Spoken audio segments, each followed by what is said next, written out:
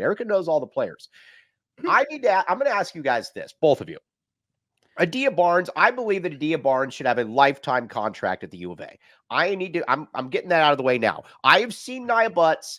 I have seen, and again, and this is with all due respect to Joan Bonvicini, did a very good job here, but Arizona was kind of that once every 5-year NCAA tournament team. Adia Barnes has the upside. We have seen what Adia Barnes can do.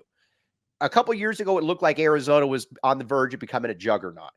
What does Adia need to do? Does she have the roster in place now, the nucleus, to be able to get Arizona back there, led by somebody like a Jada Williams? What do you guys think? I'll let Erica take that first. I believe in Jada Williams. I was on the Jada Williams train long before she got here. And when she committed to the University of Arizona, I knew it was going to be a great fit. She has no reason to not be successful here. I know Adia was talking yesterday on the radio about how NIL is kind of a prohibiting factor for her here at Arizona. That doesn't affect Jada Williams. She has her own separate NIL that doesn't even have to cross Arizona. So I think Jada's safe here. Jada's girlfriend is here. Jada is here for the long haul, and Jada wants to win. So Jada is willing to do whatever she needs to do, whether that's come out of the starting five. Jada's willing to do whatever she needs to do to see Arizona be successful. And she's a point guard, a true point guard, which is something that Arizona hasn't had a ton of there, Saul. No, yeah, I agreed. Jada's game is really, really good. And the great thing about Jada is that she still has room for development, right? Like I think her overall game can improve in a variety of different ways. I think she's got good court vision. I think her passing can use a little bit of a tweak, and I think her outside shooting is definitely something that I think can even go to another level. I think she's a really, really good player. But when you're talking about competing in women's basketball, because of the disparity between the haves and the have-nots, like you need to have elite talent to be able to compete with the South Carolinas, the LSUs, the UConns of the world, right? We saw that in a flash in 2021 with the women's team, but that was because Ari played at such an insane elite level that she had so much gravity towards her that it freed up a lot of other people to do whatever they needed to do, and they played at an elite level themselves once they got to the Final Four. So if you're hoping for that to be the model, I don't think that that's sustainable. You can't expect one person to carry the load like Ari did back in the day. So you have to disperse it, but that doesn't mean that each individual can't play at an elite level either. So I think Jada can be the bell cow for that. She's the leader on this team, in my opinion. Like the way she goes about her business, her focus, she's all about ball, which I love. Like I think that's what the separator is between her and every other point guard in the country. She's got that mentality, and which reflects Adia Barnes. Let's talk a little bit about Montoya Dew and Brea Cunningham. These were also two top 20 recruits coming in because, again, that's like Saul said, you're either the haves or your have-nots. And Arizona's got highly rated players on this roster. Obviously, one was hurt this past year, Erica. Other played. Tell us what you're looking for out of both of them. Five-star prospects just a year ago. Montoya is going to replace a lot of our scoring that we lost with Esmeri and Helena. Montoya is the most versatile player on our team, I think, right now. And when Ryan says we need length, Montoya is the answer to our length problem. She's athletic. She is going to be a huge difference maker this year. I think Brea has a lot of room for improvement, but Brea is going to succeed way more in the Big 12. I talked a little bit about it on Tuesday, but the Big 12 allows them to play a lot more physical style of basketball, which Brea needs to be allowed to do. She's a big girl, and she doesn't need to get those fouls that are just called because she's the biggest person on the court. So I think we're going to see a big difference, big jump from Brea Cunningham this year.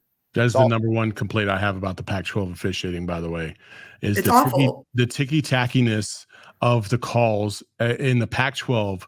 I haven't seen worse officiating since I was refereeing elementary school kids. Like it was so ridiculous. The big kids always get dinged, even if the contact is coming from the offensive player. I've seen it way too many times. Kate Reese used to get hounded all the time because of that dumb shit. It drives me insane. And then you watch the Final Four and you're looking at, LSU and Iowa, and there's so much physicality not being called, and you're just like, man, if this was a Pac-12 officiating crew, everybody would have fouled out by now.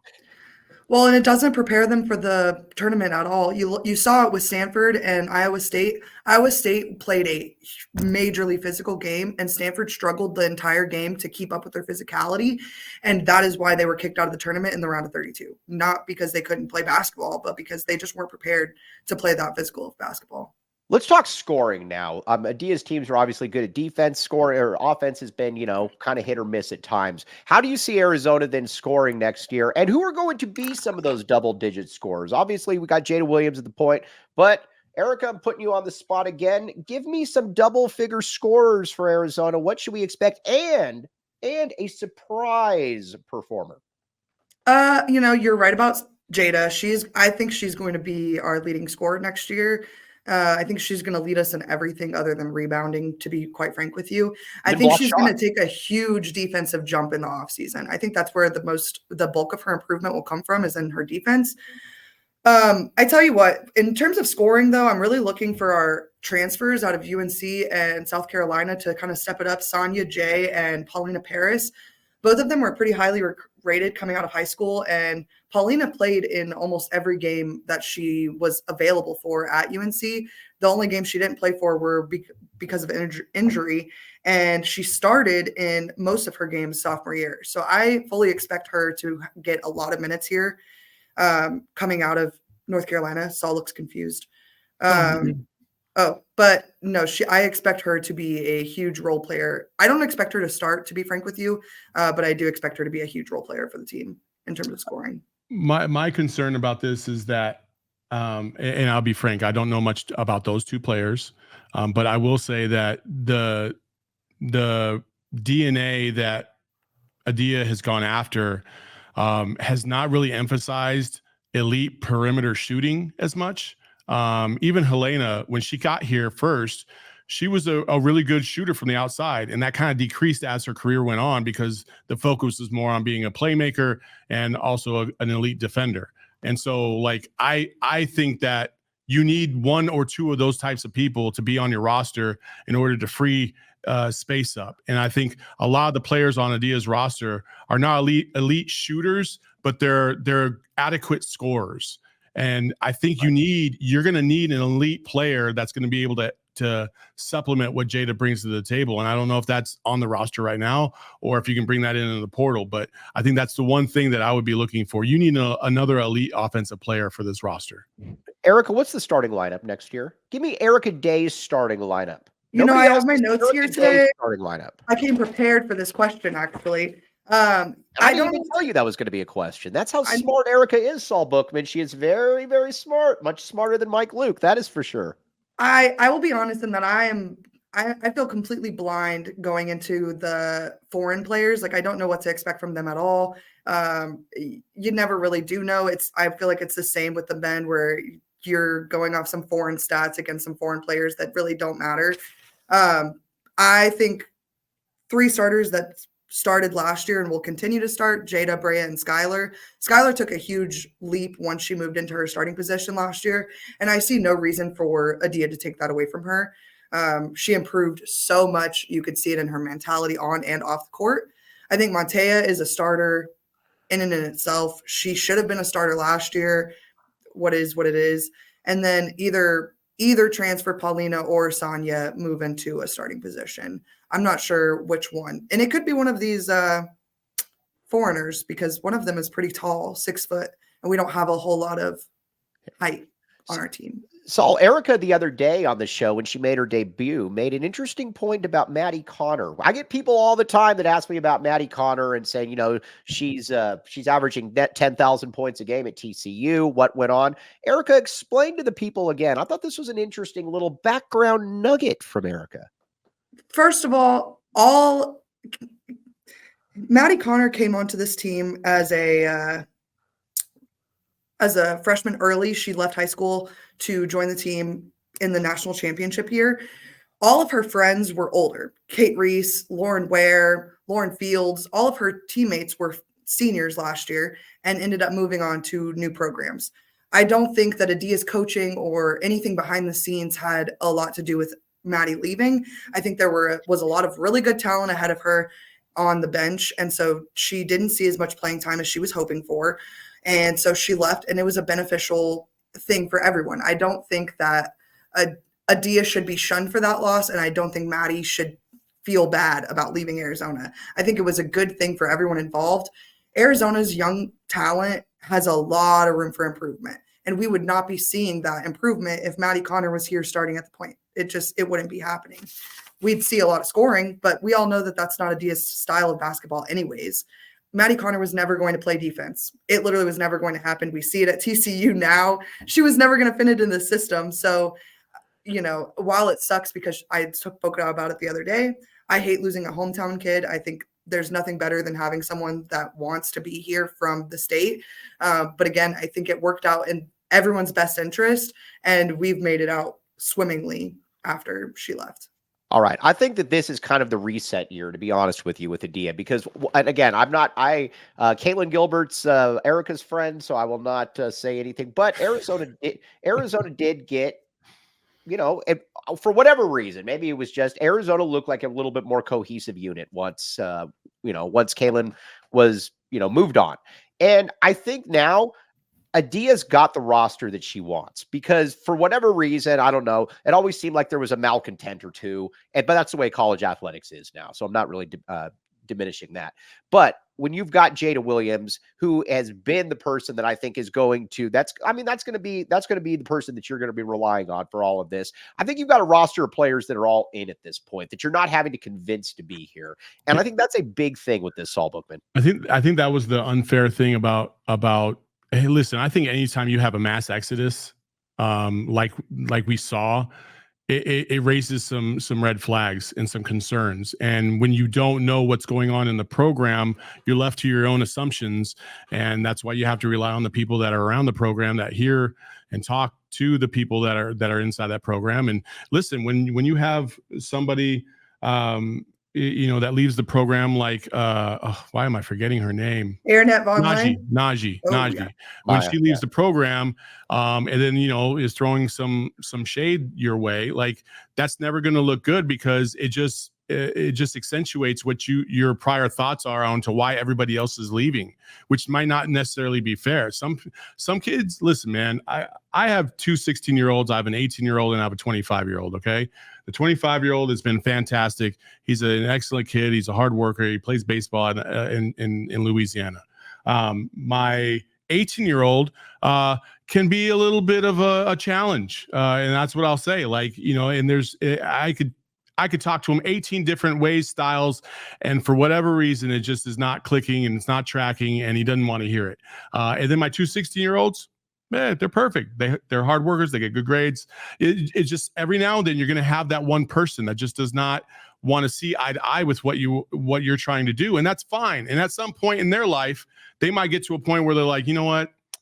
Maybe I had that wrong. Maybe I needed to grow up myself to realize what's happening. And I think a lot of people have understood, like if you've dealt with teenagers, you understand what that process is like sometimes. And I think with Maya, hey, maybe she's going through a process. She's going to get her medical degree, which is fantastic. But maybe there's some maturity that needed to happen on her end as well. Now I'm going to ask you both a question here. I'm going to put you on the spot. No, and I did not put this in the show notes. But first, Saul Bookman, we need to talk about the Arizona Lottery. We have not talked about the Arizona Lottery this show. Erica Day, you have played the Arizona Lottery before. This is correct. I won, actually. You didn't know? Wow. Saul, Look at this, man. We bring people on that have won the Arizona Lottery. Saul, have you won the Arizona Lottery? No. All right. Yes, you have. I believe. I have? Everybody that wins the scratcher wins the Arizona Lottery. Oh, okay. Saul Bookman on here, the boss, the Don on here fibbing about the Arizona Lottery. If I don't have cash in my pocket, it don't count. Right. That's a good one. I noticed that about Saul at the airport. I am the last generation, I believe, that carries cash on them. A lot of people. That is the lie. What's that? That is a lie. What do you mean? I have cash in my wallet right now. I said I am the last generation. Your generation clearly carries cash. I have cash. You carry cash on you, Jacob Franklin? Yeah. Well, you guys know that women believe that cash is fake money? I'm telling you, kids don't carry cash. They don't. Anything I buy with cash is free. Right. Seriously. Jacob Franklin, you are an anomaly. But just like Jacob Franklin, the Arizona Lottery is not just about playing games and winning prizes. It's about giving back to the community and the state. Visit azadventure.com for more information on how you can take the adventure for a chance to win $1 million in cash and Arizona travel prizes. All right, so we have multiple winners of the Arizona Lottery here. Erica Elday, Saul Bookman, Jacob Franklin. Have you won the Arizona Lottery then? Absolutely. All right, listen, these are all three greats right here. When you think of troika of brilliance, this is what it is. These three right here have won the Arizona Lottery. And one other thing, OGs. Saul, tell me what I need to know about OGs. This read that you have is fantastic. And watch this. I'm putting him on the spot, and he is going to kill it. Watch this. It is the best edible in the game. It's not even close. It's a Tucson-made product, first of all. Like, why would you not want to support Tucson's very own OGs? The best edible in the game. You can get your sativas. You can get your indicas. So if you want to get a little energy, you want to mellow out, either one will help you out. And if you want to maybe get an overall vibe, a nice little feel, you can try that Rick Simpson oil, RSO, which is pretty elite. And then they have this big old mega slice thing, which is just, I think it's orange berry or something like that. And each slice is 10 milligrams, and it's fantastic. It tastes delicious, and you can't go wrong. So go to ogsbrands.com, find the closest dispensary to you, and enjoy. And you must be 21 and over to experience it. And to enjoy responsibly. How good was that? Well, many people have to read off a script. Saul Bookman has the script in his head. I've done it 89,000 times. That's why. All right. I want to ask you this. Our top 25 next year for Arizona women's basketball. Are these realistic expectations? Are these what we should be pushing for? What does Saul Bookman and the great Erica Elday want to see? Always. I want a conference championship. I think Is that realistic? I think it's realistic. Yeah, I really do. I think with the youth on our team that got the playing time that they got last year, I think our biggest competition, I said it on Tuesday and I'll say it again, is Iowa State, the Cyclones. They're going to be really, really freaking good next year. And Kobe does have a point that TCU is probably going to be pretty solid also. But I think we have a real shot at being pretty good next year. Kansas State surprised a lot of people last year too, but they lost a few players. Yeah, they lost players, yeah, for sure. But Jeff Mitty over there has done a really, really good job with that program. That was a bottom feeder for such a long time. So you never know who's going to get through the transfer portal. That's a tough. His name's Jeff Mitty. Mm-hmm. That sounds very average, very mid, as the kids would say. Oh, by the way, I meant to tell you this. I'm watching Inside the NBA last night or the night before, and generally I watch it half the time to see if Saul's best friend, Justin Spears, is going to get a shout out on there because he's had multiple shout outs. But they were quoting Shams on something, and Charles Barkley says, "Why are we listening to some guy named Shams? Why would I ever listen to inside information from somebody named Shams?" I thought that was a great point, and I will continue to use this point. It is Shams, but okay. I know, but it still made me laugh. Okay. Erica, another question is asked. Erica, what teams in the Big 12 are good? Who should we be scouting? Iowa State. TCU. He's right about Kansas State, even though I don't like to admit it. I don't think anyone else is a huge threat to us, though. No. Colorado had a mass exodus of all their players. They're no one now. I actually feel so bad for J.R. Payne up there. Utah, same thing. They lost Alyssa Peely. How can you compete without Alyssa Peely now, you know? We make fun of ASU. Oh, yeah. By the way, Saul, did they have any players drafted in the WNBA the other day? No. Because I want to make sure the answer is no, right? Yeah, I don't know when the last time they've ever had a player drafted in WNBA. I'll have to look at that. Oh, Brianna January. Yeah, that's the only one that I know of. Like, Okay. listen, I got to be careful because, I'm trying to be a good company man. But say it. Just say it, Saul. Let it read. I'm going to just say this. I was there for the Nia Butts era. I saw those players walk out of the locker room like they didn't give two shits about what was about to happen on that court. I saw these players walk out onto the court after halftime, after getting dog walked in the first half by 20 points with ease, and just kind of go through the motions, like no big deal, en route to their 1-17 Pac-12 record, right? I see a lot of that here. Ooh. But that's always why I said I have people just you got to be careful what you wish for. That's why I am totally cool. Adia What's bad Barnes, is ASU has really good players. They just can't put it all together. It's so rough. yeah, They have yeah. really good. I will Good take role Adia players. Barnes, but also too, this is another example too where we can make fun of ASU. Look at Arizona. We're complaining about making the NCAA tournament or losing in the Sweet 16 or losing our coach. ASU doesn't make the NCAA tournament. They win 2 games in football, and their women's basketball is in the dumpster as well. We are complaining about petty things.